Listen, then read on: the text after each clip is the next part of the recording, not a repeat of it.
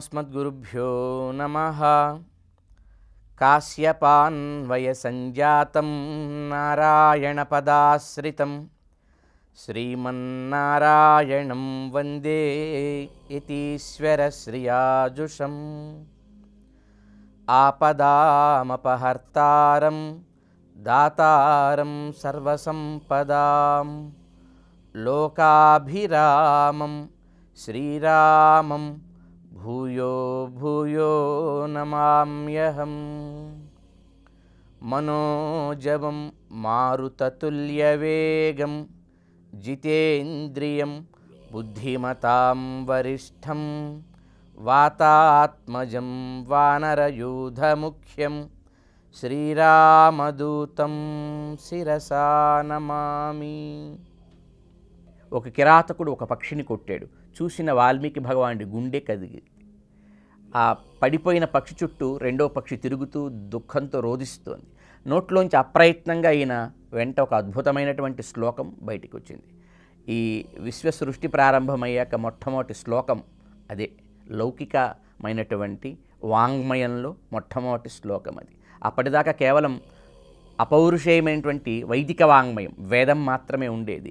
మొట్టమొదటి శ్లోకం వాల్మీకి భగవానుడి నోటి నుంచి అప్రయత్నంగా వచ్చింది.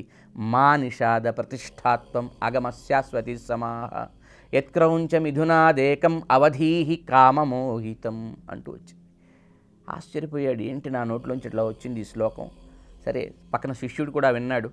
ఆశ్రమానికి వెళ్ళారు. దాన్ని వీణ మీద వాయిస్తే పాడటానికి బాగుంది, అనటానికి బాగుంది, రాగ తాళాలకు చక్కగా కుదురుతూ ఉంది. అది అందులో ఉండేటువంటి అక్షరములలో ఒక అద్భుతమైనటువంటి ఛందో స్థితి ఉంది.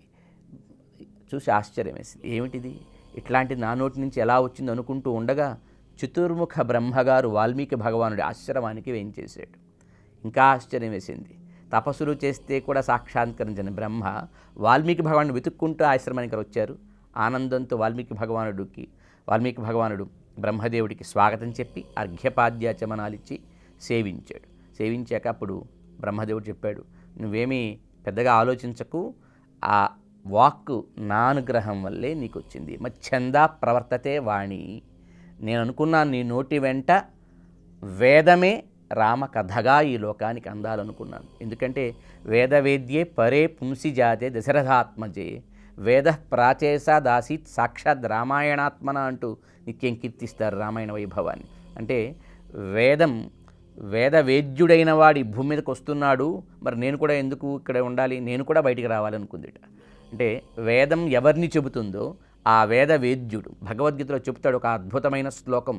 వేదైశ్చ అహం ఏవ వేద్య, వేదైశ్చ సర్వై అహం ఏవ వేద్య అంటాడు అన్నమాట. వేదములన్నీ నన్ను మాత్రమే చెబుతాయి, నన్ను వేదములే చెప్పాలి, వేదముల చేత నేనే తెలియబడతాను అని చాలా అద్భుతంగా చెప్తాడు. అట్లాంటి భగవంతుడు దశరథ కుమారుడై ఈ లోకంలోకి వస్తుంటే ఆ వేదం అనుకుందిట, మరి నేను కూడా ఈ లోకంలోకి రావాలి. ఎలా? రామ కథను చెప్పేట్టుగా, రామ వైభవాన్ని చెప్పేట్టుగా రావాలనుకుంది. అందుకు వాల్మీకి భగవానుణ్ణి ఎన్నుకుంది వేదమాత. వాల్మీకి భగవానుని ఎందుకున్నాడు బ్రహ్మదేవుడు. అందుకే బ్రహ్మదేవుడి యొక్క అనుగ్రహంతో అప్రయత్నంగా స్వచ్ఛందంగా వాక్కు ప్రవర్తించింది వాల్మీకి భగవానుడికి. అది మొదటి శ్లోకమైంది. అప్పుడు వాల్మీకి భగవానుడికి బ్రహ్మదేవుడు మరొక అద్భుతమైన వరం ఇచ్చాడు. ఇది ప్రపంచ చరిత్రలో ఎవరి ఊహకి అందని వరం. రామాయణం ఎంత గొప్పదో మనకి తెలియజేసేటువంటి వరం ఇది. ఏమిటా వరం? ఈవేళ ప్రపంచంలో టెక్నాలజీ పెరిగిన తర్వాత మనం కూడా ఎక్కడో దూర ప్రాంతాల్లో దూర దేశాల్లో జరుగుతున్న సంఘటనలని, జరుగుతున్నటువంటి ఒక ఫంక్షన్స్ కావచ్చు, లేకపోతే ఆటల లాంటివి కావచ్చు, ఏ కైండ్ ఆఫ్ ఈవెంట్ అయినా దాన్ని మనం డైరెక్ట్గా లైవ్ టెలికాస్ట్ ద్వారా చూడగలుగుతున్నాం. అలాంటి ఒక టెక్నాలజీ ఈవేళ మన దగ్గర ఉంది. కానీ మన దగ్గర ఇప్పటికీ లేనిది, బహుశా ఎప్పటికీ ఆధునిక విజ్ఞానం కనుక్కొనలేనిది ఒకటి ఉంది. ఏమిటది? ఒక వ్యక్తి క్రికెట్ ఆడుతున్నాడు ఎక్కడో వేరే దేశం. మనం కంటితో ఇంట్లో కూర్చొని చూడొచ్చు, ఒక టీవీ ద్వారా, మరొక నెట్ ద్వారా. కానీ ఆడుతున్న వ్యక్తి నవ్వుతుంటే ఎందుకు నవ్వుతున్నాడు, మనసులో ఏమనుకుంటున్నాడు మనకు తెలియదు. అతడి ఫిజికల్ యాక్షన్స్ని, గెస్చర్స్ని మనం చూడగలం తప్ప, ఆ టెక్నాలజీ మన దగ్గర ఉంది తప్ప, అతడి మానసిక స్థితి ఏంటి, సైకలాజికల్గా మనసు లోపల వస్తున్నటువంటి అతని థాట్స్ ఏంటి, అతని భావ ప్రకంపనలు ఏంటి అనే దాన్ని మనం రీడ్ చేయలేము, అది తెలుసుకోలేము. అలాంటి విజ్ఞానం మన దగ్గర లేదు. బహుశా అది అప్పటికీ కూడా సాధ్యం కాదు. కానీ బ్రహ్మ ఎలాంటి వరం ఇచ్చాయంటే వాల్మీకి భగవానుడికి, నాయన నీకు రామ కథ ఇప్పటిదాకా నువ్వు రామ మంత్రాన్ని స్వయంగా జపించి దాని శక్తి ఏంటో చూసి మంత్ర శరీరాన్ని పొందావు. రామ మంత్రంతో నీ వేళ నీ శరీరం అంతా కూడా శోభిల్లుతోంది, పరమ పవిత్రమై. రా అంటే అగ్నిబీజం అండి, మా అంటే అమృత బీజం. రామ అనే నామానికి అద్భుతమైన అర్థం చెప్తారు పెద్దలు, శాస్త్రాలు కూడా. రా శబ్దోచ్చారణ మాత్రేణ ముఖా నిర్యాంతి పాతకాహ. రా అని అనాలి అంటే ఎలా అనాలి? మనం నోరు మూసి అనండి చూద్దాం, ఎవరైనా అనలేం. పెదవులను మూసి రా అనే శబ్దాన్ని ఉచ్చరించలేం. రా అని పలుకోవాలి అంటే ఖచ్చితంగా పెదవి తెరవాలి, నోరు తెరవాలి. అట్లా ఎప్పుడైతే అది తెరవటం కోసం అంటే రా అనటం కోసం తెరుస్తామో, రా శబ్దోచ్చారణ మాత్రేణ ముఖా నిర్యాంతి పాతకాహ. మనం చేసిన పాపాలన్నీ మన ముఖంలోంచి బయటికి వెళ్ళిపోతాయిట. అయితే మళ్ళీ తిరిగి వస్తాయేమో, పునః ప్రవేశ భీత్యాచ. కనుక మళ్ళీ తిరిగి వస్తాయేమో అనే భయం కలిగి మా అనే అక్షరం వచ్చేసింది పక్కనే. మా అనాలంటే మళ్ళీ పెదవి మూయకుండా అనండి, అనలేం. ఖచ్చితంగా మా అనాలంటే మళ్ళీ పెదవి మూయాలి. అంటే మా అనేది తలుపులేస్తుందిట, రా అనేది బయటికి వెళ్ళగొడుతుందిట. వేటిని? పాపాలని. రా అనగానే ముఖం నుంచి పాపాలు బయటికి వెళతాయి, మా అనగానే తలుపులు పడిపోయి మకారస్తు కవాటవత్ అంటారన్నమాట. తలుపుల కింద మారి మకారం పునఃప్రవేశ భీత్యాచ, ఆ పాపాలు మళ్ళీ తిరిగి వస్తాయనే భయంతో తాను తలుపులు వేసేసి గడియ వేసేసి పాపములను అంటకుండా చేస్తుంది.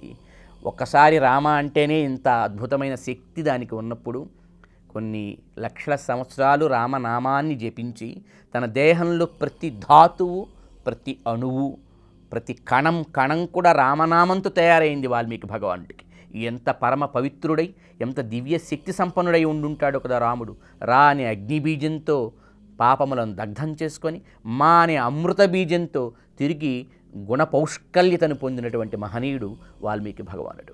అట్లాంటి గొప్పతనం ఆయన చూసున్నాడు. ఆ తర్వాత మరలా నారద భగవానుడి వద్ద ఓ 108 శ్లోకాలు, 100 శ్లోకాలు సంక్షేప రామాయణంగా మొత్తం రామకథని మళ్ళీ ప్రామాణికంగా విని ఉన్నాడు. 2 ప్రత్యక్షంగా తాను రాముడున్న కాలంలో ఉండి రాముడంటే ఏంటో తెలుసుకొని ఉన్నాడు. ఇన్ని తెలిసిన తర్వాత కూడా ఇవి సరిపోవు, యథాతథంగా రామకథ రాయాలంటే. అందుకని బ్రహ్మదేవుడు స్వయంగా ఓ వరం ఇచ్చాడు. నీ కుటీరంలో, మీ గృహంలో, నీ కుటీరంలో ఓ లైవ్ టెలికాస్ట్ లాగా ఇప్పటి వరకు జరిగిన రామాయణం అంతా నీ కళ్ళ ముందు మళ్ళీ తిరిగి కనిపిస్తుంది. నీకు ఏం జరిగిందో యథార్థంగా యథాతథంగా నువ్వు చూడొచ్చు నీ కంటితో. కేవలం కంటితో చూడటమే కాదు, ప్రత్యేక వరం ఏమిటంటే ఆ పాత్రలు నవ్వుతున్నారనుకో, మనసులో ఏమనుకుంటున్నారో కూడా నీకు తెలుస్తుంది. మాట్లాడుతున్నారనుకో, మనసులో ఏమనుకుని బయటికి ఏం మాట్లాడుతున్నారు. కోపంగా ఉన్నారనుకో, మనసులో ఏమనుకుని బయటికి ఆ ఎక్స్ప్రెషన్స్తో ఉన్నారు. అంటే కంటికి కనబడే ఫిజికల్ గెస్చర్స్కి బిహైండ్ వాళ్ళ సైకలాజికల్ స్టేట్ ఆఫ్ మైండ్ ఏమిటో కూడా నీకు స్పష్టంగా దర్శనమిస్తుంది అని అలాంటి వరం ఇచ్చారు. ఈ ప్రపంచ విశ్వ చరిత్రలో ఇలా పుస్తకం అంటే ఇలా ఒక చరిత్రను రాసింది ఇదే మొదటిది, ఇదే చివరిది కూడా. ఇట్లా ఎప్పుడు ఎక్కడ జరగలేదు. కనుకనే వాల్మీకి రామాయణంలో ఒక్క అబద్ధం కానీ, ఒక్క తప్పు కానీ, ఒక ఊహ కానీ, ఒక ఎగ్జాగరేషన్ కానీ, కవి తనకు అనిపించింది ఏదో రాసుకోవడం కానీ లేదు.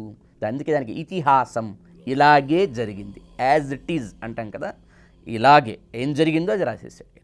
కంటితో చూస్తున్నాడు, కనబడుతోంది జరుగుతున్న చరిత్ర, మనసుకి తెలుస్తోంది బ్రహ్మగారి వరం చేత వాళ్ళ లోపల భావాలేంటో, ఆలోచనలేంటో. అట్లా రాయబడింది రామాయణం. అందుకే రామాయణానికి నానృతం కురుతే కావ్యం. నువ్వు రాసే ఈ కావ్యంలో ఒక్క అబద్ధం కూడా ఉండదు.